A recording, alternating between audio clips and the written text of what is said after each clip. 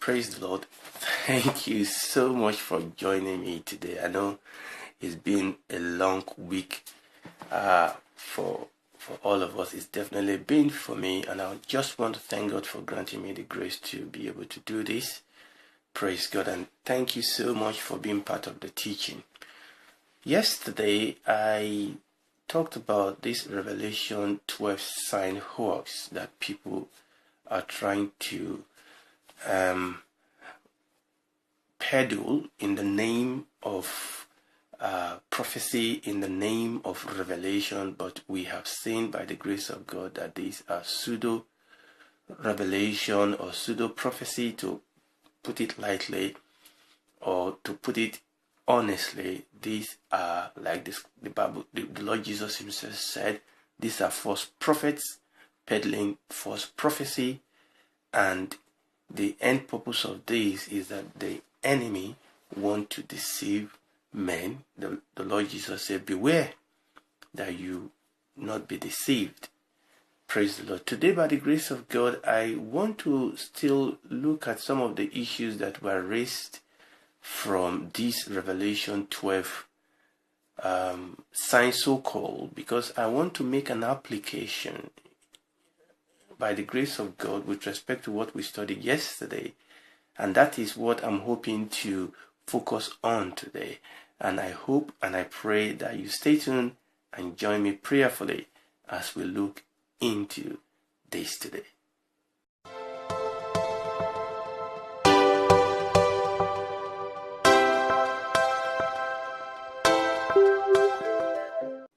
Praise the Lord, you're welcome back. Now, to give some credence to this Revelation 12 sign hoax, its proponent has to somehow tie their theory, this so-called celestial alignment of stars and planet, they have to tie it to some other incident in the scripture just to give it some credence. So what they've done traditionally is to try and tie celestial arrangement and alignment also to the birth and the crucifixion of the Lord Jesus Christ. But I'm going to focus on the connection they try so hard to make with respect to the birth of the Lord Jesus Christ, because I think that is probably a little bit easier to discuss, because obviously you know the story of the wise men from the east. So the proponent of this unfortunate theory try to get some form of credence, authority, by saying that the same alignment of stars and planet that Revelation 12 talks about, which according to them indicate and point towards that this is the sign of the end of the time. What they are trying to say is that when they use this open source Stellarium, you remember the one we talked about, the open source software that allow people to look at the constellation and the alignment of stars in any given day. So they've used this software, and they've gone back to the day that the Lord Jesus Christ was supposedly born. And somebody said that they've looked at the alignment of stars on September 9th, 3 BC. And by the way, we won't talk about when the Lord Jesus was born. Yes, the Lord Jesus Christ was not born in 0 AD or 0 BC. It was most likely born in 3 BC, and they are historical. We don't need the signs of we don't need celestial signs to know that. There are historical evidence to show that the Lord Jesus Christ was probably born on the 3rd on 3 BC, but we'll leave that alone. So these people have now said that they've used this open source software to go back.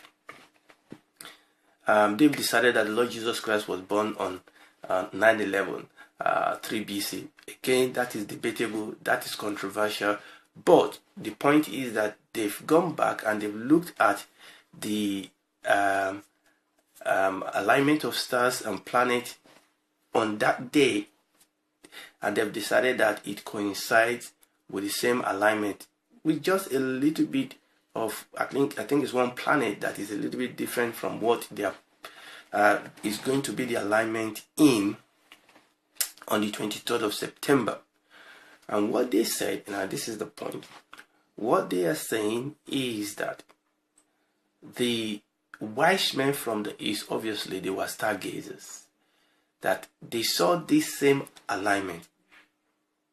You see, we're talking about they are trying to get authority, they are trying to get credence for their false doctrine. So this is what they are proposing, that the wise men from the east, they were stargazers. Yes, we know they were. That they were gazing at the stars and they saw this alignment. And it is true that a lot of these stars and even some of the planets, on a clear dark night, people can see some of them. Okay? So what they said is that these three wise men, they were wise men, just like our present day pseudo prophet are wise men. And they've been able, they're scouting the atmosphere, the sky. They are looking for this sign, stargazers.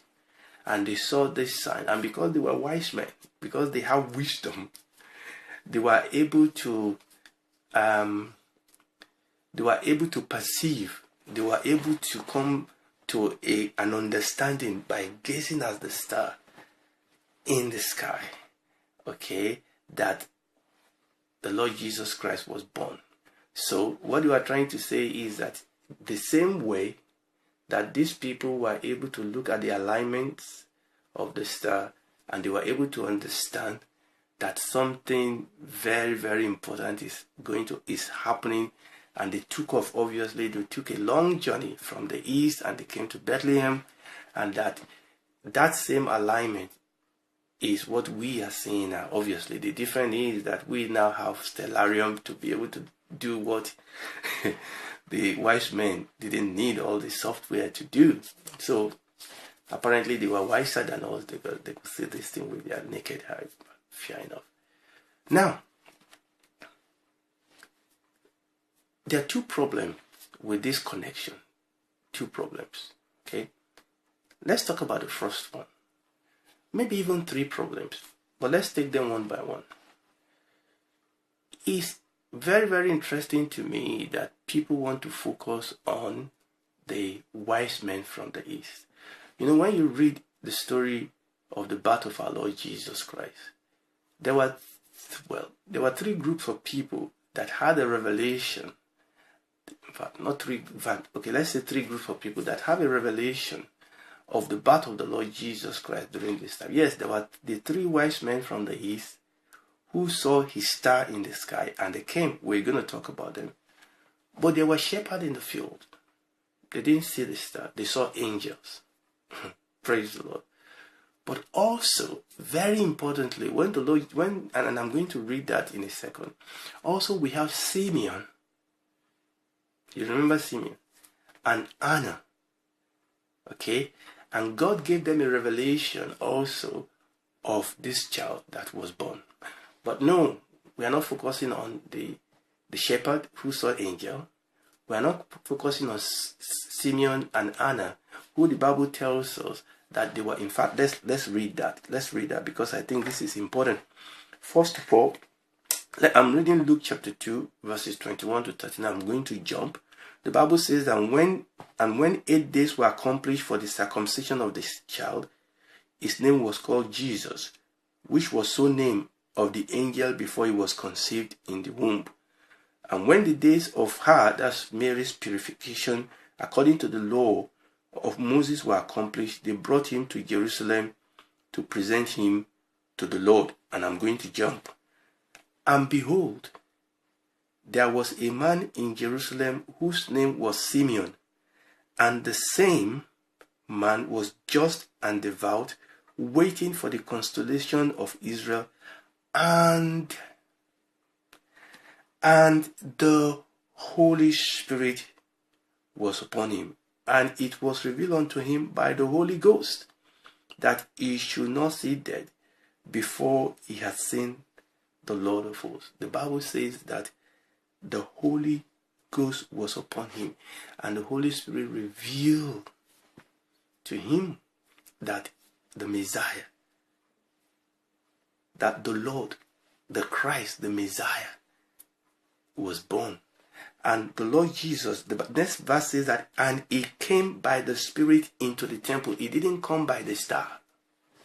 He didn't come by celestial alignment. The Bible says, and he came by the Spirit into the temple.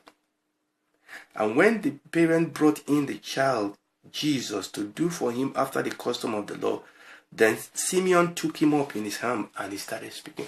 The Bible says that this man was devout, number one. And this man, praise the Lord, was just. And he was waiting. Praise the Lord. He was devout. He was just. This is a man that is living a life according to the word of God. The Bible says that we must direct, a man shall not live by bread alone, but by every word that came out of the mouth of God. This man, Simeon, was a just man. He was living a life of righteousness, a life of holiness. The Bible says that he was a devout man. He was a man that was seeking first the kingdom of God and his righteousness. And the Bible also says he was a man that was waiting. And by the grace of God, we are going to touch on that tomorrow. By the grace of God. Tomorrow, the 23rd, by the grace of God. Because this is tying in people with the date issue. The Bible says that he was waiting. He was living a life of expectation. Hallelujah. And I believe that these are the qualities that we need today as men and women of God. Not becoming a stargazers. Not becoming a stargazer. Let's focus on Simeon. The Bible says that, and he came by the Spirit. As many as are led by the Spirit, they are the sons and the daughters of God. We are being led by the Spirit, not by the stars, not by mythology, not by celestial alignment. We are being led by the revelation of the Spirit of God in his word, in the person, the work of our Lord Jesus Christ. Hallelujah. Praise the Lord. We can read on and on and on there. And the Bible says again, and there was one Anna, a prophetess. This is a true prophetess, not the pseudo prophets. The Bible says that, and there was one Anna, a prophetess, the daughter of Phanuel, of the tribe of Aser, and he told us about this woman. The Bible says that this woman departed not from the temple, but served God. This woman, this prophetess, the Bible says that departed not from the temple, did not depart from the word of God to the sky, did not depart from the word of God to gaze at planetary alignment. The Bible says this woman served God with fasting and prayers night and day. She didn't have time for distraction. You know, people, and I'm going to show you, people get into this type of, thing, distraction, because we are not focused on the right thing. You remember what we mentioned about Martha and Mary? Martha was distracted. When you focus on Jesus, you don't have time for all this other distraction. And I will say it this way, that maybe these symptoms that we see of the church becoming stargazer, maybe it's symptoms of something a lot more deeper. Maybe it's a symptoms pointing to a diagnosis that is frightening, that we've lost the real thing and we're chasing after shadows. The Bible says that this is the real thing. Anna, a prophetess. The Bible says she departed not from the temple, but served God with fasting and prayer night and day. And she coming in that instant gave thanks likewise unto the Lord. They didn't have the star. They didn't have Stellarium. They didn't have Google Sky. But they had the Word of God. They had the Holy Spirit.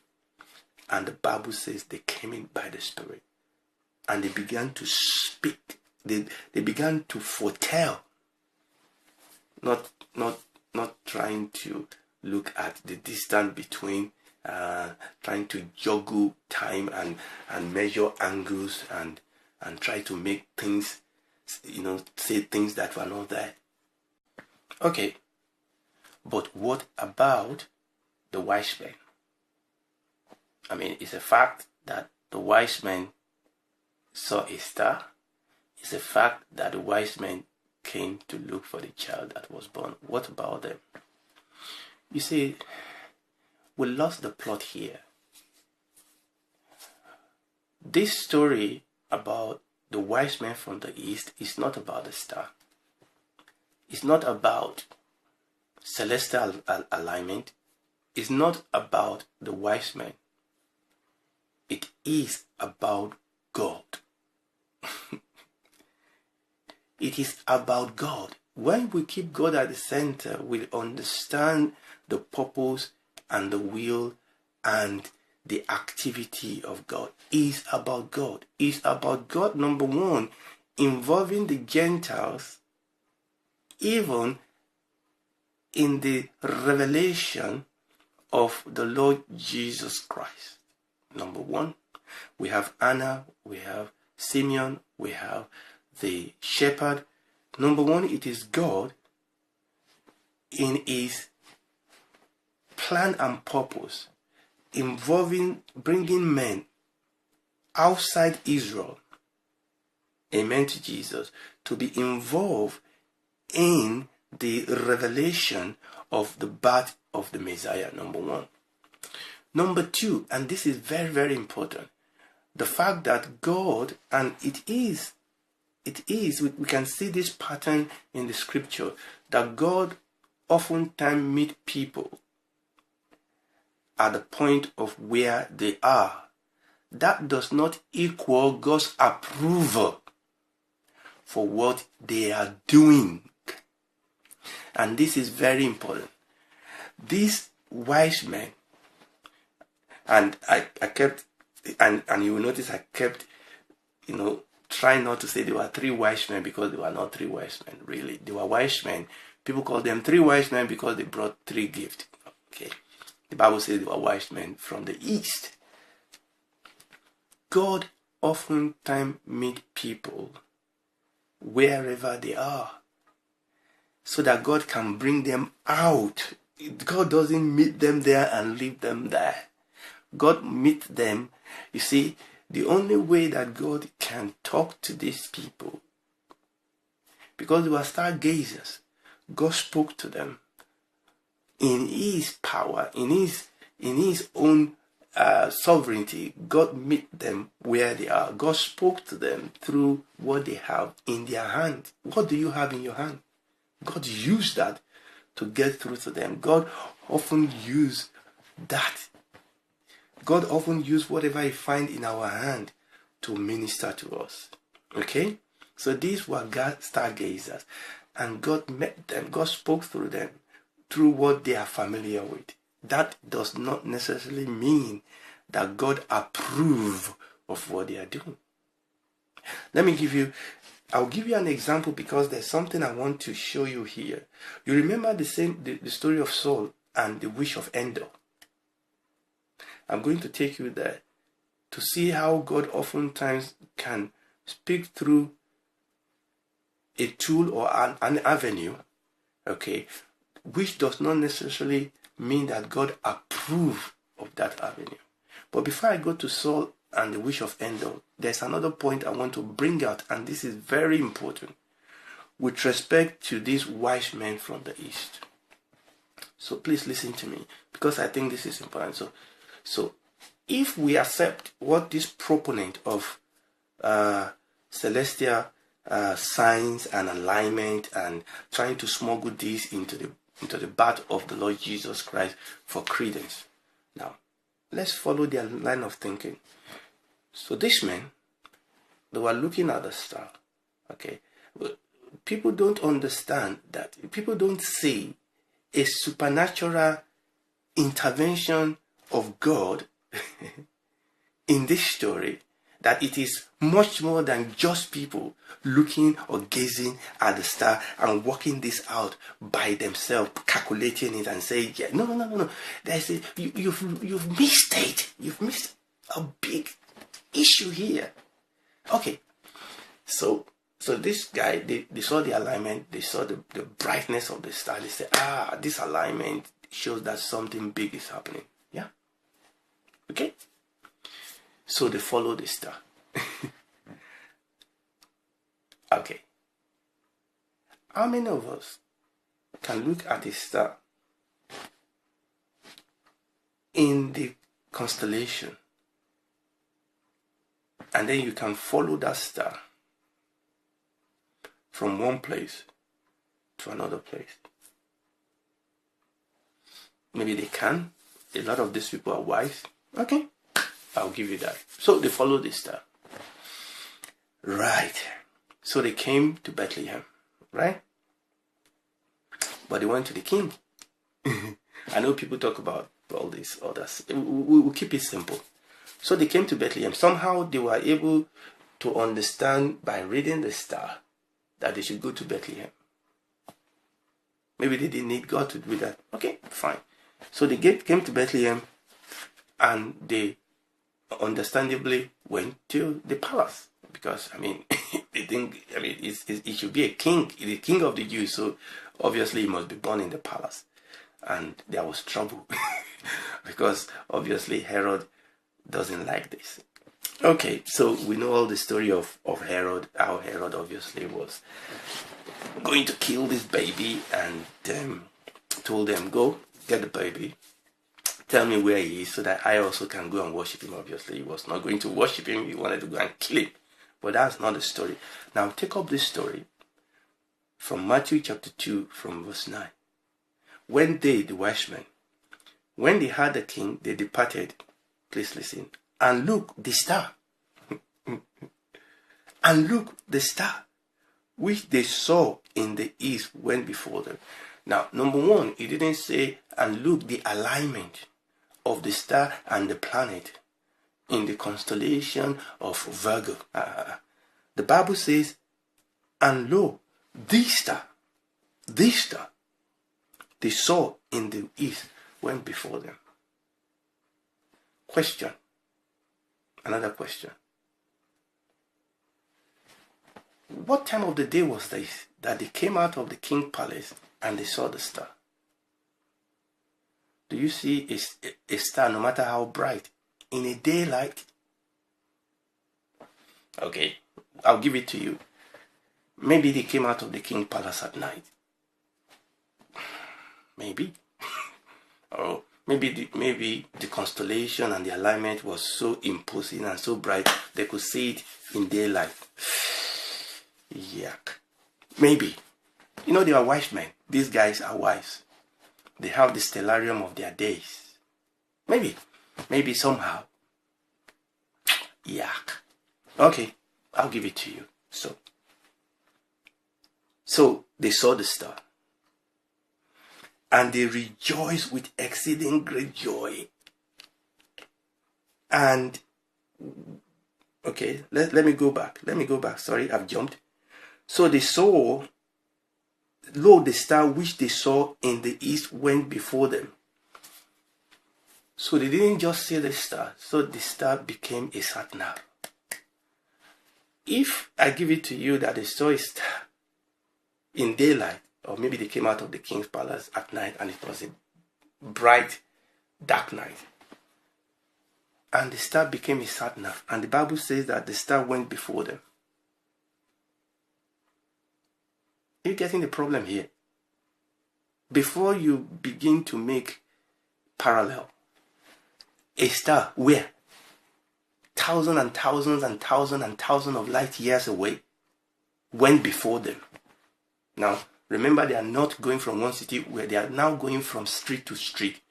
And they were able to go from street to street, looking according to you, proponents of Revelation 12, so-called sign. So they were looking at a star in the sky, and this star, according to you, was able to lead them from street to street. You know, I realized that when we turn ourselves away from the clear revelation of the Word of God and we go into, extra biblical, this book of Revelation here, guessing into the star there, measuring the angle of the pyramid there. The problem is that we become fools. And clear revelation that even a child can see, we become blind to it. Like that prophet that became blind, that God had to speak to the prophet through the mouth of an ass. Blinded. The Bible says that the star went before them. This cannot be a star in the constellation. You understand that? This cannot be. God obviously used something to arrest the attention of these wise men. God met them at the point at which God can get their attention. And God oftentimes do that. That you are an Hollywood celebrity, you are even somebody of other religion. God can reveal himself to you even in that environment. That doesn't mean that God is approving your environment that you are in. It's just that God meets you there so that God can draw you out unto himself. It's not so that you can go back and get stars. You understand that? The Bible says the star went before them till it came and stood over where the young child was. So how many of you stargazers can follow a star? Use all your tools. You can follow a star to a city, to a street, to a house. This star, the Bible says, the star came and stood over where the young child was. And when they saw the star, they rejoiced with exceedingly great joy. Obviously, these wise men knew that this was different. You understand that? They were excited. It was a sign to them. There was something about this star. It was not an alignment. You understand that? Maybe God started with them. Yes, if you're a stargazer, God will talk to you by the star. But if you're a Christian, don't go back to the star. You are a Simeon. You are an Anna. Be led of the Spirit. Leave the star to the Eastern people. Don't get yourself involved. Don't go back to Egypt. Don't go back to your vomitus. Don't get entangled and go into bondage of this practice. The Bible says that the star stood over where the young child was. So definitely, this Star of Bethlehem is a manifestation of the power of the glory of God. God may have started with the wise men gazing into the star, but he didn't end up with them in the star, in the constellation. You understand what I'm saying? The story of Saul, the first king of Israel, become a message to this modern day Christianity, to these stargazers. You know, one of the most unfortunate character in the scripture, is this man Saul, the first king of Israel. I mean, he was so blessed. He had everything. He became the first king in Israel. How privileged that is. The Bible talk about this guy, that he was taller than everybody else. Obviously, a very handsome gentleman. but he missed it. He missed it big time. But that's not where I'm going. There's a message I want to take about the end of this king of Saul. You know the story of how he didn't destroy the Amalekites and all that, and how God sent Samuel to him. But that's not where I'm going. I'm going to 1 Samuel chapter 28. At this point, verse 3, 1 Samuel 28 verse 3, it says that now Samuel was dead. At this point, Samuel is dead. I wonder, like I said earlier, that maybe what we say is a symptom of something that is far much more sinister. Maybe there is a death. Maybe there is a lack in spiritual discernment and spiritual sensitivity and spiritual manifestation. There's a dearth. There is an absence of the revelation of God. There's a vacuum, and people are trying to fill it up by gazing at the star. You know, oftentimes, if we don't have the real thing, we are easily deceived by the fake. But when you have the real thing, and how we have to cry, how I cry for the real thing. You know, sometimes we can settle for second best. Second best is even better than what we are dealing with. This is nothing. Sometimes people settle for things like this when the real thing is not there, when the glory has departed. The Bible says that now Samuel was dead. This man that has always been the man, the Bible says that God did not allow a single word that Samuel spoke to fall to the ground. This guy knew God. Bring the mind of God to the people, but he was dead. What happened? Let me go back. So Samuel was dead. Verse 3. 1 Samuel 28 verse 3. Now Samuel was dead, and all Israel lamented him and buried him in Ramah, even in his own city. And Saul had put away those that had familiar spirit and wizard out of the land. Listen to this. Before Samuel died, the Bible says that Paul had put away those that have familiar spirit and wizard out of the land. You know, it's interesting that people are going back to paganistic practice that the church has put away, that the scripture has put away. But why? Why is that? Why are we going back to our vomitus? Why are we going back to paganistic practices that our fathers and the word of God clearly shows that are wrong? It's because Samuel died. It's because there is no voice of, people are not listening to the voice of revelation. People, the Bible says a time will come when they will not be able to receive sound doctrine, to tolerate, to accept, they will heap for themselves teachers that will itch their ears. Samuel was dead. All Israel lamented him, but who will take the place of Samuel? Who will fill in this vacuum? Let's see. Before, verse 4 says that, and the Philistines gathered themselves together and came and pitched in Shunem. And Saul gathered all Israel together and pitched in Gilboa. Verse 5. And when Saul saw the host of the Philistines, he was afraid, and his heart greatly trembled. He was afraid. You know, there's a lot coming upon the heart now that is causing fear in the heart of men. Saul was afraid. He greatly trembled. He needed God. He needed to hear from God. But Samuel is dead. Saul has gone into apostasy.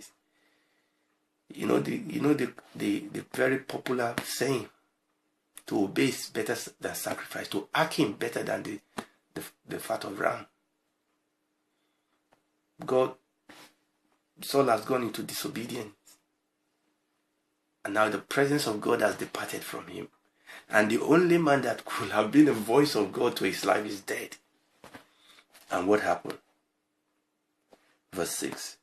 Verse 5 again. And when Saul saw the host of Philistines, he was afraid, and his heart greatly trembled. Verse 6, and when Saul inquired of the Lord answered him not, neither by dreams, nor by Urim, nor by the prophet. And what happened? Verse 7, then Saul said unto his servant, seek me a woman that have a familiar spirit. What led Paul to this? Saul to this. Sorry, not Paul. Saul. What led him to this? Because there was no revelation from God. No revelation. So Saul returned to his vomitus. The same thing people that he's put away. This is very, very sad. When Saul inquired of the Lord answered him not, neither by dreams, nor by Urim, nor by the prophet. These were the ways God talked to his people in those days. Verse 7, and then said Saul unto his servant, seek me a woman that has a familiar spirit, that I might go to her and inquire of her. So people are seeking out the pyramid. People are seeking out the constellation so that they can go to the wish of Endor and seek direction. And you know the story. Verse 8, and Saul disguised himself. There's always a disguise. People come in the devil always comes as an angel of light, and people present this thing as a revelation. They try to tie they find a way to hang it on the scripture. Saul disguised himself, and he went on and on and on. I will jump down. So he went to this woman, and the woman said, who do you want me to bring up? He said, bring me up Samuel. But something happened. Samuel actually came out. You understand what I'm saying? The Bible says something. Verse 12, and when the woman saw Samuel, she cried with a loud voice. Because obviously these people, this woman work with demons. So you ask them to bring us somebody, a demon appear and deceive you. But God intervened. Now this is why I bring you here. God intervened, and actually Samuel, the real Samuel, came and spoke to Saul. Number one, God met Saul in, you can always say, in the wrong place. No. God met Saul where Saul was. The fact that the real Samuel appeared to him in the venue at the place of the witch of Endor, a woman that is clearly operating in a familiar spirit, doesn't mean that God approved of that act, but that God meet people even in such dark places, not to approve of that dark act, but God being God is to meet them there and bring them out of it. Obviously, God has been trying to speak to Saul for a long time. And I think if we look at it, this is the problem. The church, and when I say the church, you understand what I'm saying. I'm talking about generally, because there are men and women, children, youth that God is anointing and speaking to mightily, moving them in the right path. And they will not allow themselves, just like Daniel and his tribulation, they will not allow themselves to be defiled by this meal, this food that is coming from the king's table. Don't allow yourself to be defiled. And that's what the devil is after, is to lull the church to sleep, is to defile us and take our heart away from the revelation of the Lord Jesus Christ. Revelation chapter 2. The Lord Jesus Christ himself was writing to these 7 churches. We shall do well to pay attention to his warning to the church of Thyatira, because I can see this spirit. The Bible warned us about this spirit. Revelation 2:18, and unto the angel of the church in Thyatira write, these things saith the Son of God, who had eyes like unto flame of fire, and his feet are like fine brass. I know thy works, and charity and service and faith and thy patience and thy works, and the last to be more than the first. Listen to the warning. Verse 20. Notwithstanding, I have a few things against you, because you suffered that woman Jezebel, which calleth herself a prophetess. You allow it. You embrace it. You permit this spirit. I mean, obviously there was a character called Jezebel, but the Jezebel here, we are talking about a spirit. This spirit here is not a gender-specific spirit. No. We are talking about a spirit here. This spirit can work in a man, can work in a woman, can work in a group, can work in a city, can work in a nation. We are talking about a spirit here, an influence. The Bible says an influence that will be very much operative in the end of time. And we say it, the spirit of Jezebel. This spirit takes its character from that Jezebel character that we read about in the Old Testament. The Bible says this woman called herself prophetess. Just like we have all these pseudo prophet and prophetess running around on our social media. The Bible says that you allow it. Don't allow this. You suffered that woman Jezebel, which calleth herself a prophetess, to teach and to seduce my servant. This is the end game of these people. Some of them are being used by the devil and they don't even know it. It's playing to their ego. They are getting excited about nothing. The Bible says the spirit, she calleth herself prophetess, and she's teaching. You know, so if you look at some of these teaching, they are fantastic, with a lot of, multimedia tools to bring out their teaching. Marvelous. The Bible says she teaches and seduce my servant. It's a seduction. It's a spirit of seduction. It's a spirit that wants to take you away unto destruction. He seduced my servant to commit fornication and to eat things sacrificed unto idols. This is what is going on. People are eating things. They are clothing it in spiritual jingoism and vocabulary.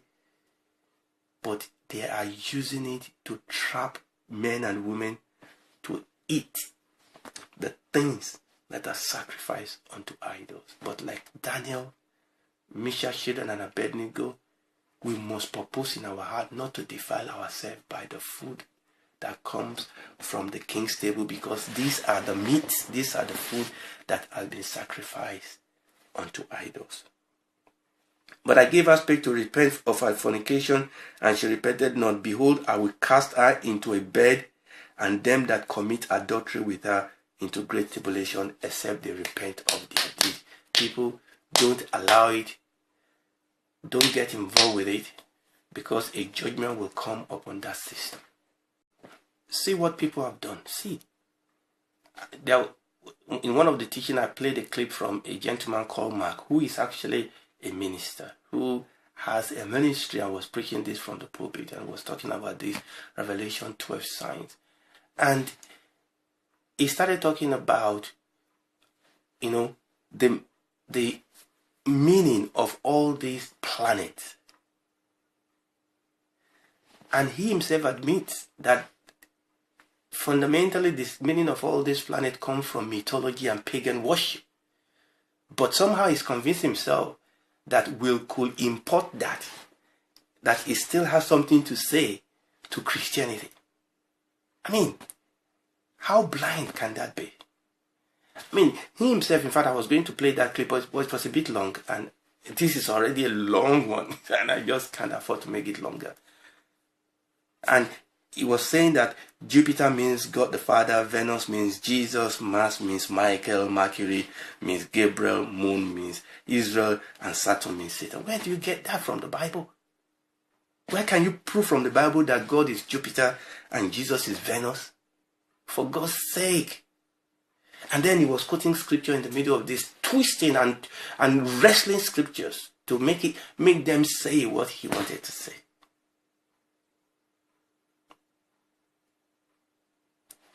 Praise God. I'm not going to read this, but I'm just going to mention that we saw this story in Acts chapter 14, verses 4 to 15. Acts chapter 14, verses 4 to 15. When Paul and Barnabas went to Lystra. And you remember that story when there was a man that was healed. And then the people came and said, the gods are come down unto us in the likeness of men. They called Barnabas Jupiter and they called Paul Mercurius. Isn't it interesting that we are doing the same thing? We're calling God Jupiter. We're calling Jesus Venus. That was what the pagan people did. We've become pagan. We've paganized Christianity. Thank God for Paul and Barnabas. They came, the Bible says. They rent their clothes. And they said, sir, why are you doing these things? This is what we are talking. We've been preaching to you that you should turn from these vanities. Turn. I believe this is what God is telling us. Turn. If you are in it, turn from these vanities unto the living God. If you are not in it, please don't touch it. Don't join them. Let's focus on the revelation that God has given us in His Son. Remember one of the things I said in my previous teaching, not this series, that prophecy is all about Jesus. It's all about God, the kingdom of God, and how God is expanding His kingdom. It's not about men's ego. So I will stop here. God said, turn from this vanity. Through the mouth of Paul and Barnabas. Turn from these vanities unto the living God, who made heaven and earth and sea and all things that are therein. Thank you for joining me today. I know this has been a long one. But thank you. Thank you so much. So tomorrow is going to be 23rd of September. And by the grace of God, I will be, not 23rd of September. 23rd of September. 23rd of September, yes. So tomorrow will be Saturday, 23rd of September, because I'm hoping that this will be aired on Friday. And I'll be back by the grace of God on the 23rd of September to just see what God will have us do, what God will want to say to us. So thank you so much and see you tomorrow.